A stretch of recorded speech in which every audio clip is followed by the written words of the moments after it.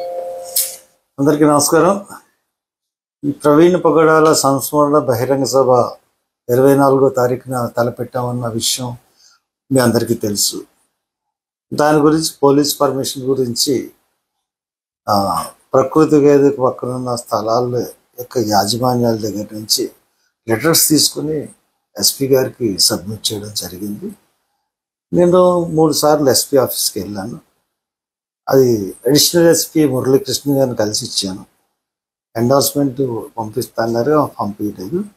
కానీ వాళ్ళు దాని మీద వర్క్ చేస్తున్నట్టుగా నాకు తెలిసింది. ఎందువలనంటే వాళ్ళు మనం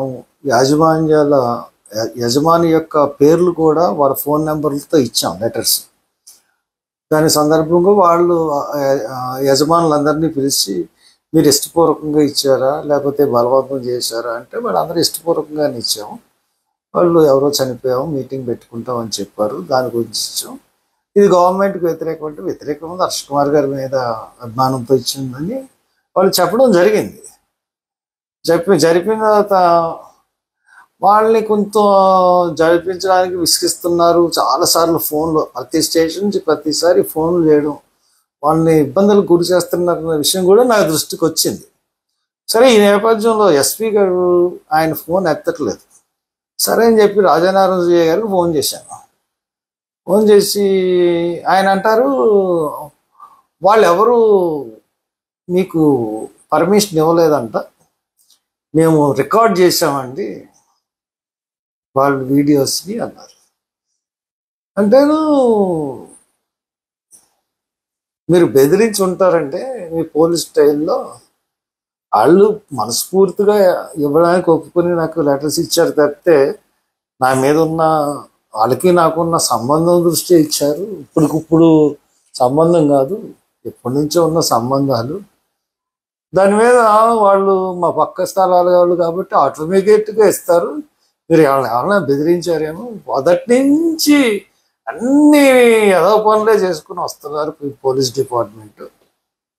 ఫ్రమ్ ది బిగినింగ్ నుంచి కూడా అన్నీ ఏదో పనులే.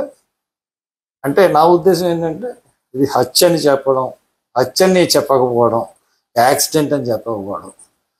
వాళ్ళ పైన నుంచి వచ్చిన ఒత్తిడి వల్ల ఆ ఒత్తిడి, ఆ ఫ్రస్ట్రేషన్ అంతా నా మీద ఈ హర్ష్ కుమార్ వల్ల ఇదంతా వస్తుంది, లేకపోతే ఇది క్లోజ్ అయిపోను అన్న దాంతో వాళ్ళు నన్ను రెచ్చగొట్టడానికి ప్రయత్నించారు. నేను చెప్పాను, ఎదవ పనులు అంటే తప్పు వాడేం కాదండి, మీరు చేస్తున్నాయన్నీ ఎదవ పనులు. మీరు అక్కడి నుంచి కంప్యూటరు, ల్యాప్టాపు, ఐప్యాడ్ తీసుకొచ్చేయడం ఎదవ పని. అసలు హత్య అనుకోకుండా యాక్సిడెంట్ అని రుజువు చేయడానికి ప్రయత్నించడం ఎదవ పని. ఈ దొంగ సీసీటీవీ ఫుటేజీలు పెట్టడం ఎదవ పని. ఎన్ని ఎదవ పనులు చేస్తారంటే మీరు అమర్యాదగా మాట్లాడుతున్నారు పోలీస్ డిపార్ట్మెంట్. నేనేం అమర్యాదగా మాట్లాడలేదు. మీరు ఇప్పటికీ చెప్తున్నాను, మీరు చేస్తున్నా ఎదవ పనులు. మీరు అన్నీ న్యాయంగా వెళ్ళట్లేదు, మీరు అన్ని ఎదవ పనులే చేస్తున్నారు. ఫ్రమ్ ది బిగినింగ్ నుంచి ఈ కేసులో ఎదవ పనులే చేస్తున్నారు అన్నీ. నేను కూడా గట్టిగా రెట్టించాను. మీరు చాలా అమర్యాదగా మాట్లాడుతున్నారు. నేను ఫోన్ పెట్టేశాను.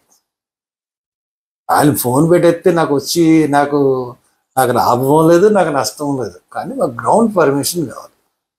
నాకు కావాల్సింది పోలీస్ దగ్గర నుంచి. ఎందువల్లంటే లాస్ట్లో అడ్డుకుంటారు, లేకపోతే లాస్ట్లో నన్ను అరెస్ట్ చేస్తారు. నన్ను అరెస్ట్ చేసినా అడ్డుకున్నా. మొన్న ఏం జరిగింది, నన్ను అరెస్ట్ చేశారు. 25,000 మంది వచ్చి పోలీసులు అలా గెంటుకుంటూ తీసుకెళ్ళి అక్కడ ప్రవీణ్ పగడాల ఎక్కడైతే దేహం దొరికిందో అక్కడే ఎలుగెత్తిలించి ప్రార్థన చేశారు. ఇప్పుడు కూడా బహిరంగ సభ ఆగదు, ఖచ్చితంగా జరుగుతుంది. వీళ్ళు అడ్డంకులు పెడుతున్నారు. ఎన్ని అడ్డంకులు పెట్టినా మీరు వచ్చేయండి.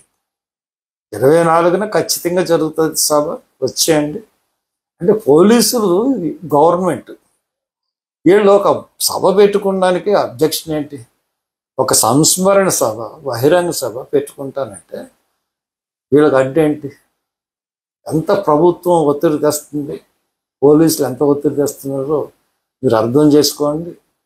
సెక్యులర్ వాదులు అందరూ అర్థం చేసుకోండి. మనం ఎట్టి పరిస్థితుల్లో 24వ తారీఖున సభ జరుపుతాం. ఇది మీకు తెలియజేద్దామని నేను ముందుకు వచ్చాను. Thank you.